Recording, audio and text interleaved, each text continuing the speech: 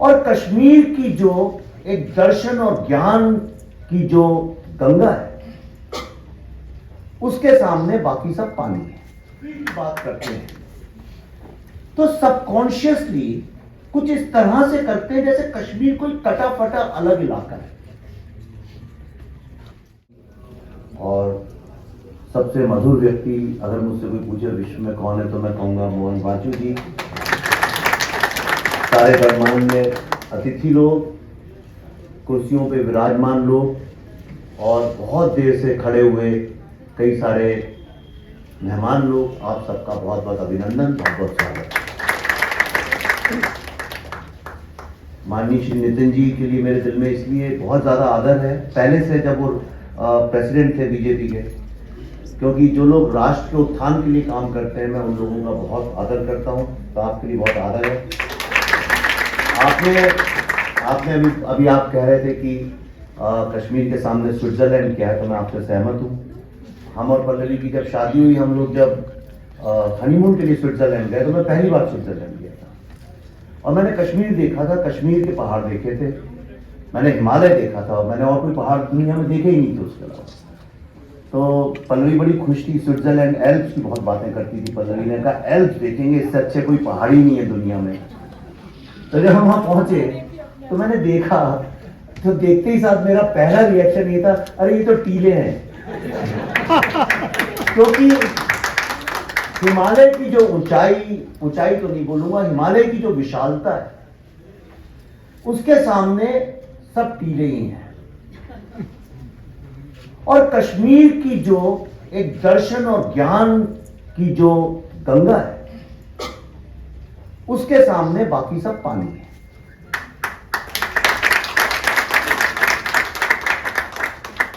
मैं अक्सर कई दिनों से, चूंकि अब फिल्म रिलीज हुई है तो तमाम लोगों से बात होती है, फंक्शंस में जाता हूं, पॉलिटिक्स में भी बात होती है, कभी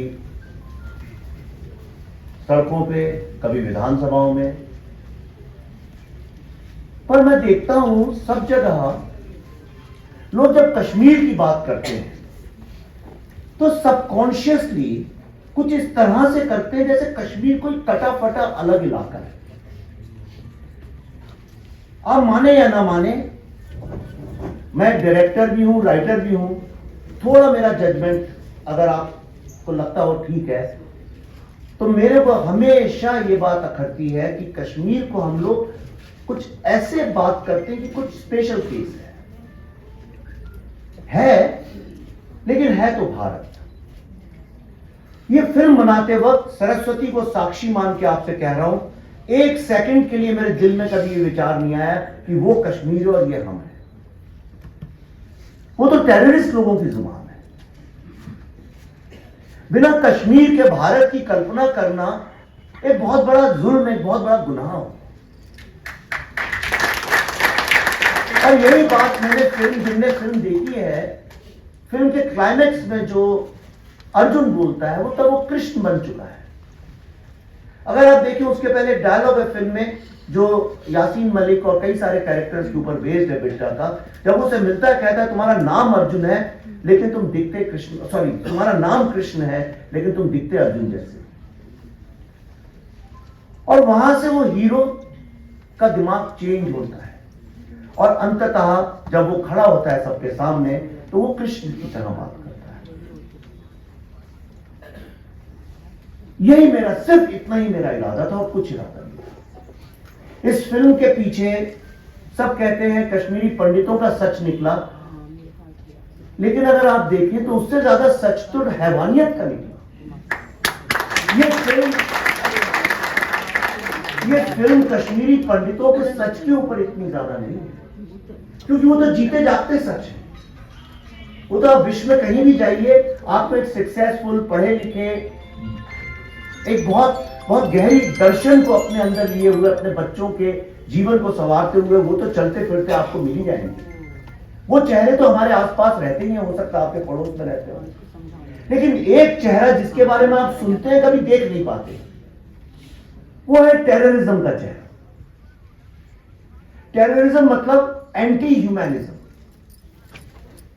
इंसानियत का जो बिल्कुल विपरीत हो सकता है उसे बोलते हैं टेररिज्म। उसका चेहरा कोई जानता नहीं था, और फिर वही चेहरा जो है उसका सच सामने आया है, इसलिए लोग तिलमिला रहे हैं। राजनीति सिर्फ इतनी, ये पूरा विश्व आज दो खंडों में बंट चुका है। एक वो जो इंसानियत के साथ जुड़े हैं, भले एक्टिविस्ट ना हो, वो जुड़े हैं। हमारी माँ वो थोड़ी एक्टिविस्ट होती हैं, दादी दादा घर में वो थोड़ी एक्टिविस्ट होते हैं, पर वो कहते हैं इंसान बन के रहो, इंसानियत से जुड़ो, इतना ही मैसेज काफी है। कैसे बनो, हर व्यक्ति को भगवान ने इतनी इंटेलिजेंस दी है। और दूसरा एक तबका है, वो है टेररिज्म का। और टेररिज्म आज एक व्यापार बन चुका है, और जब कोई चीज व्यापार बनती है तो उसमें सिर्फ जो प्रोडक्शन करने, जो फैक्ट्री में जो काम हो रहा है, सिर्फ उससे ही व्यापार नहीं चल सकता। उसके लिए आपको सप्लाई चेन चाहिए होती है, रिटेल चाहिए होता है, उसको एडवर्टाइज करने वाले लोग चाहिए होते हैं, ब्रांड एम्बेसडर चाहिए होते हैं, एक बहुत बड़ा उसके लिए नेटवर्क और इकोसिस्टम लगता है। तो जो राजनीति की, मैं तो कभी, इतने दिन फिल्म रिलीज हो गए, मुझे तो क्रिटिसिज्म कभी दिखता नहीं है। मुझे तो सिर्फ ये दिखता है ये लोग इंसानियत की बात कर रहे हैं, ह्यूमैनिटी की कर रहे हैं, और ये टेररिज्म के साथ है। मेरे लिए सिर्फ इतना ही, ये ब्लैक एंड व्हाइट में ये चीज है।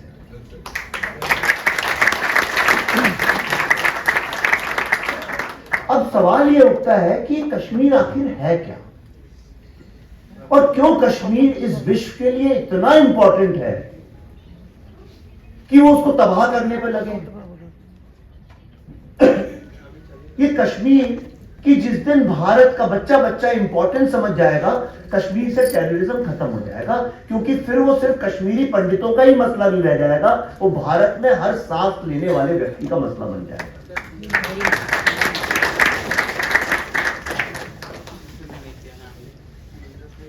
जो लोग प्राणायाम थोड़ा करते हैं, मेडिटेशन करते हैं, वो मेरी बात समझ पाएंगे, और जो नहीं करते हैं वो कभी आंख बंद करके जरा यहां पे मस्तिष्क की इस जगह पे अपना ध्यान केंद्रित करने की कोशिश करें। और जिस जगह पे वो बिंदु बनता है जहां से सारी चेतना और कॉन्शियसनेस निकलती है, वो कश्मीर है। भारत का जितना भी चिंतन और दर्शन है, और वो दर्शन जिसको आज पूरा का पूरा विश्व अडॉप्ट कर रहा है, वो कश्मीर में पनपा। कश्मीर में ही क्यों पनपा, बाकी जगह क्यों नहीं पनपा? क्या कारण है कि कश्मीर में शिव की जो फिलॉसफी, जिसको आज बड़े बड़े नोबेल लॉरेट्स और साइंटिस्ट और बड़ी बड़ी लैब्स, बड़े बड़े साइंटिस्ट ऑर्गेनाइजेशन जिसको मानते हैं, शायद आपको आश्चर्य होगा सुन के कि आज बहुत सारे दुनिया के साइंटिस्ट भारत से शिव की प्रतिमा मंगवाते हैं और रखवाते हैं। आपको दो प्रतिमाएं हमेशा बहुत सारे नोबेल लॉरेट्स क्या मिलेंगी, बुद्ध की और शिव की। ये दोनों ही दर्शन कश्मीर में पनपे, पूरा द्वैत जो है वो कश्मीर में पनपा। उसका कारण क्या है? उसका कारण यह है कि आप कभी जाके कश्मीर वैली में खड़े होइए, और जो थोड़ी स्पिरिचुअलिटी समझते हो वो मेरी बात को समझ पाएंगे, जो नहीं भी समझते हो अगली बार कभी जाएं तो आप ध्यान दीजिएगा। आप जब एल्प्स के सामने खड़े होते हैं तो ऐसा नहीं प्रतीत होता है कि पूरा ब्रह्मांड का केंद्र यहां पे है। लेकिन आप जब कश्मीर की घाटी में खड़े होते हैं, कभी सोनमर्ग में खड़े हो जाइए, गुलमर्ग में खड़े हो जाइए, तो आपको ऐसा लगेगा कि पूरे ब्रह्मांड का केंद्र है। तो अगर ब्रह्म को समझना है, ब्राह्मण बोले या ब्रह्मांड बोले, अद्वैत में ब्राह्मण शब्द भी बहुत इस्तेमाल होता है, अगर उसको समझना है तो बिना कश्मीर को समझे आप समझ ही नहीं सकते। इसलिए कश्मीर बहुत ज्यादा इंपॉर्टेंट है। मेरा इरादा किसी की बुराई करना नहीं था, इसीलिए आप देखिए इस फिल्म में जिसमें पल्लवी का बहुत योगदान है। मैं थोड़ा 1 मिनट पल्लवी के बारे में इसलिए बताना चाहता हूं कि जो शिव, जिस शैविज्म को हम मानते हैं, वो शिव अधूरे हैं।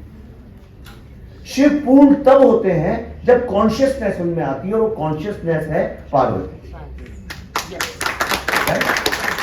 कोई भी कार्य बिना कॉन्शियसनेस के नहीं होता है। पल्लवी इस फिल्म की कॉन्शियसनेस बनी, और पल्लवी का ये आइडिया था जो हम सब ने बिलीव करके फॉलो किया कि इस फिल्म में किसी की बुराई नहीं होनी चाहिए। और जिन लोगों ने फिल्म को ध्यान से देखा है, अब सोचिएगा जरा, अब आप जरा सोचिएगा इस विषय पे। इस फिल्म में किसी की भी एक बार भी बुराई नहीं है। इस फिल्म में पाकिस्तान शब्द का भी इस्तेमाल नहीं हुआ। इस फिल्म में किसी मुस्लिम की भी बुराई नहीं है। इसमें किसी की बुराई नहीं है। इसमें सिर्फ जिन लोगों पे आतंक हुआ, सिर्फ उस एक परिवार के दर्द की कहानी। और अगर किसी का दर्द, किसी के अंदर हैवान या हैवानियत निकाल रहा है, तो उसको इलाज की, कृपा की और आशीर्वाद की आवश्यकता है। जो भी इसको कहता है ये गलत है या ये सही नहीं है या बुरा काम है, उन लोगों को आशीर्वाद दें, उनको दुआ दें कि ईश्वर उनके दिमाग का कुछ इलाज करे ताकि वो इंसानियत की तरफ देख सके।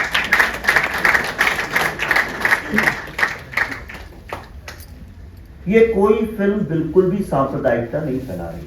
मैं इस बात को किसी भी प्लेटफॉर्म पे चैलेंज करके कह सकता हूं। मेरे पिछले 10 दिन में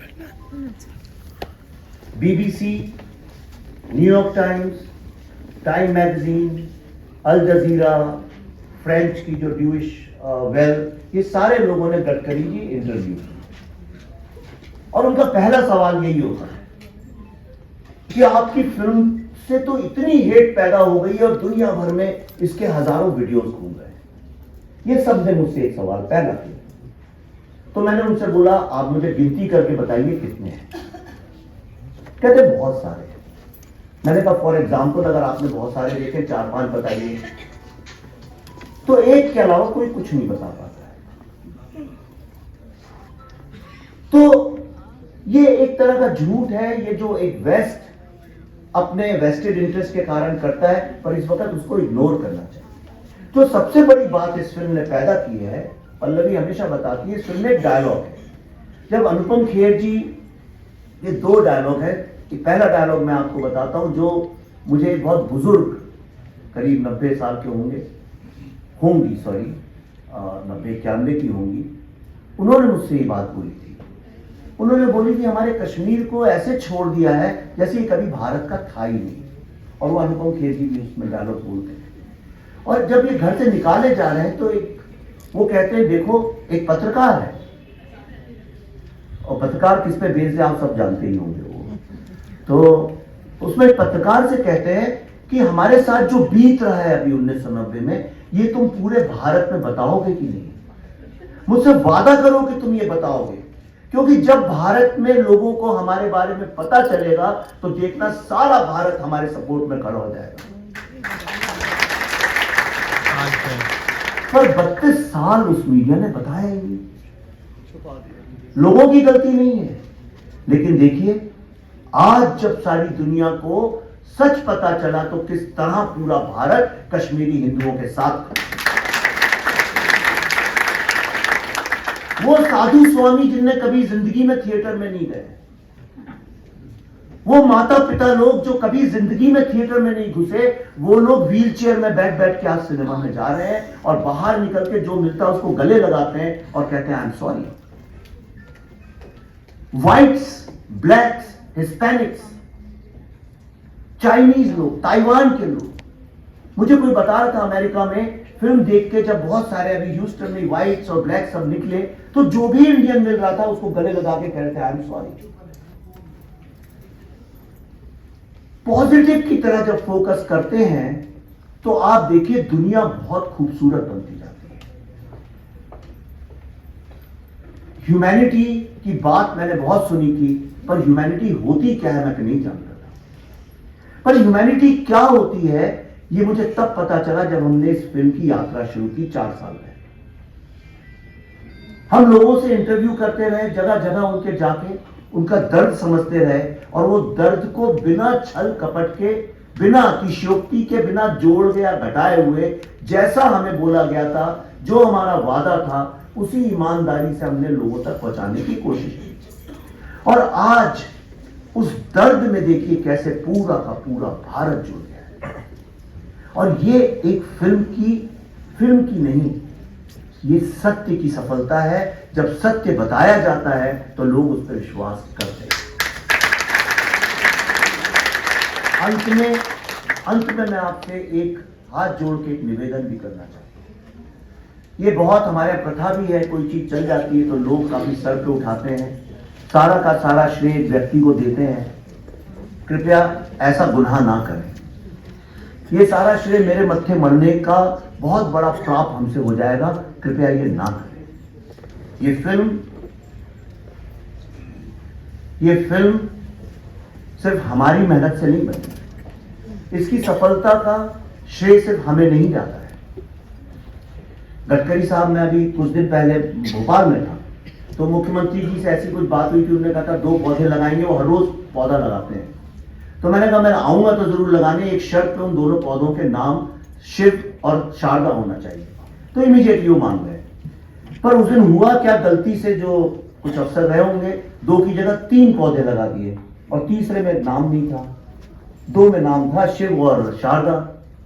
तो मुझसे उनने वहां शिवराज सिंह जी ने पूछा कि अच्छा वेद जी आप ही बताइए तीसरे का नाम क्या रखें। मुझे आधा सेकंड भी नहीं लगा, मेरे मुंह से निकला श्यामा।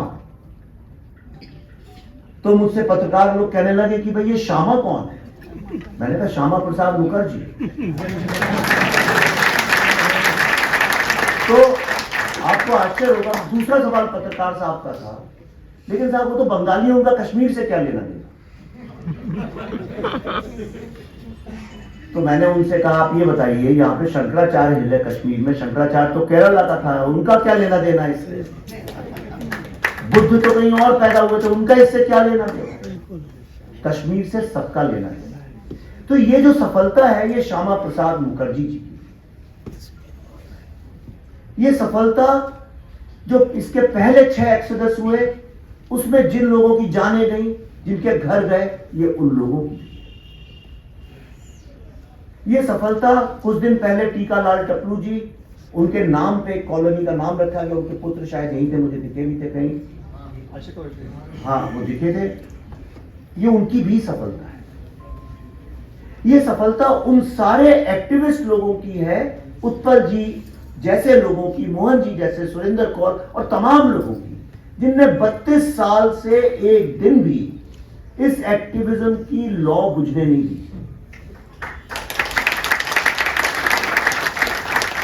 बहुत सारे एक्टिविज्म ऐसे होते हैं जिसमें इमीडिएट रिवॉर्ड मिलता है। ये एकमात्र ऐसा भारत का एक्टिविज्म है जिसमें बिना किसी आशा के लगातार ये लोग लड़ते रहे, निश्चल भाव से, बिना अपने लिए कुछ निस्वार्थ तरीके। ये सफलता उन सब भारतवासियों की है जिन लोगों ने अपने बच्चों को इंसानियत की विद्या दी है। मैं आपको बिल्कुल बिना किसी छल के कह रहा हूं, ये पूरे भारत की, पूरे इंसानियत की सफलता है। ये किसी एक व्यक्ति की सफलता नहीं है। ये सफलता गडकरी जी जैसे पॉलिटिशियंस की है, ये नरेंद्र मोदी जी जैसे पॉलिटिशियंस की, अमित शाह जी जैसे पॉलिटिशियंस की।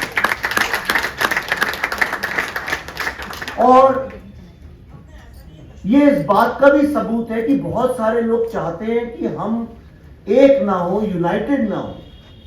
इसके लिए पत्रकारिता का भी इस्तेमाल किया जाता है और कई बार विधानसभाओं पर ये छोटी मोटी जो चीजें हैं उस पर ध्यान देने की बजाय हम ये देखें कि जब एक नए भारत का निर्माण हो तो उसमें कश्मीर को हम अलग ना समझें। हम कश्मीर हैं उसी तरह जैसे हम तमिलनाडु हैं, हम कश्मीर हैं उसी तरह जैसे हम बंगाल, हम कश्मीर हैं उसी तरह जैसे हम महाराष्ट्र। बिना कश्मीर के भारत का दर्शन, ये पूरा जो इंसानियत का, ह्यूमैनिटी का जो कॉन्सेप्ट है, इसका कोई अर्थ नहीं। इस फिल्म के पीछे से व्यक्ति भावना थी। अंत में मैं आपसे एक बात और बोलना चाहता हूं। ये सफलता उन सब माओं की है, उन सब पिताओं की जिनने इतना त्याग, इतना सैक्रिफाइस, जिसकी कल्पना करना मुश्किल है। अनुपम खेर जी का एक सीन है जो कि एकदम सत्य घटना पे आधारित है। जब वो उनकी आंख खराब हो जाती है, डॉक्टर के पास जाते हैं। उस जमाने में कैटरेक्ट के लिए लेंस लगते थे आंखों में, तो डॉक्टर कहता है कि तुम्हारे को महंगा लेंस लगाऊं कि सस्ता लेंस? तो कहते हैं सस्ता लेंस लगाओ, क्योंकि पैसे तो उतनी मिलते हैं पेंशन के, तो बच्चे की पढ़ाई के लिए वो पैसे चाहिए। वो कहता है तुम अंधे हो जाओगे। कहता अंधा होना मंजूर है, पर बच्चे को पढ़ाई होनी चाहिए। ये कहानी सत्य है। ये उस पिता की है जिसका बेटा, जिसने वाकई में अपनी आंखों में सस्ता लेंस लगवाया, आगे चल के जो अंधे ही हो गए, और उनका बेटा इंडियन आर्मी में गया और कारगिल वॉर में जाके शहीद हो गया। उसका नाम है अमित, मेजर अमित कौर। ये कहानी मुझे उसके छोटे भाई ने बताई। ये ऐसी एक कहानी नहीं, ऐसी तमाम कहानियां। जो एक बिस्किट वाली है, वो मुझे एक महिला ने बताई कि मेरे पिताजी रोज पार्ले जी का एक बिस्किट लेते थे, जुबान से लगाते थे और वापस रख देते। जिनको बहुत बखूबी निभाया। और देखिए कितनी बड़ी ये महानता है कि आप विश्व के किसी भी कोने में चले जाएं। आज पूरे विश्व में क्राइसिस है ट्रस्ट की। लोग एक दूसरे पर विश्वास नहीं करते, ट्रस्ट डेफिसिट की। लेकिन इन मां, कितनी धन्य है ये मां, इन सबके पांव धो के हर भारतवासी को पीने चाहिए कि आज विश्व में जहां भी किसी भी कोने में चले जाइए, और अगर आप कश्मीरी अपने भाई बहनों के बारे में पूछें कि इनकी क्या एक चीज है जो आपको सही लगती है, तो वो कहेंगे वी कैन ट्रस्ट दैम।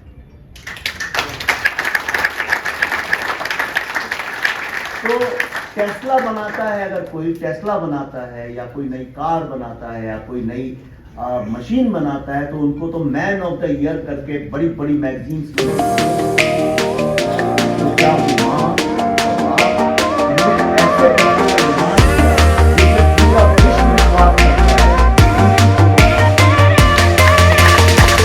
आपको निवेदन है अपने दिलों में लगाइए। ये अपनी मां